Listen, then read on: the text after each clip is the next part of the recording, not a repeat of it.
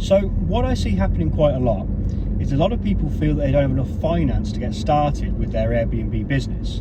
Now, I get it, it's completely understandable. I was probably exactly the same when I started, thinking I didn't have enough money. But what you have to do is you have to become quite resourceful and start to think outside the box. And there are a few different things that you can do. So I would start with simply asking friends and family.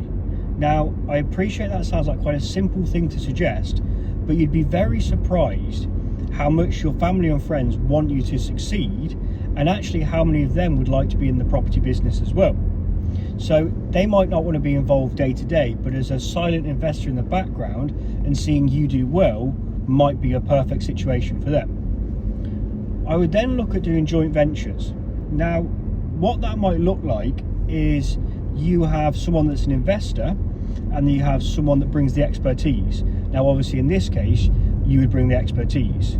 So you would find the deal, you would research it, make sure the figures are going to work, and you would secure it.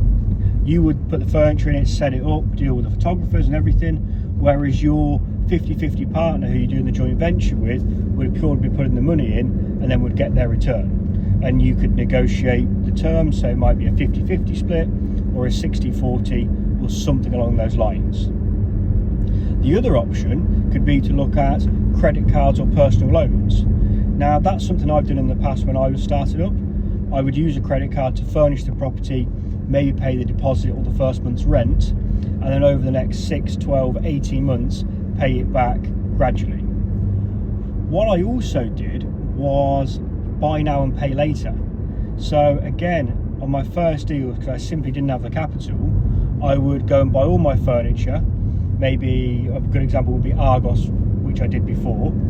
I would then spend £2,000 or £3,000 on some furniture and then pay that back in 6 months or 12 months once the property had started making some cash. So there's just a few quick ideas there on what you could do, but don't let it stop you from starting your Airbnb business because you don't feel like you have the funding. There's always options out there, there's always a way to do it. You've just got to, as I say, think outside the box and work towards it.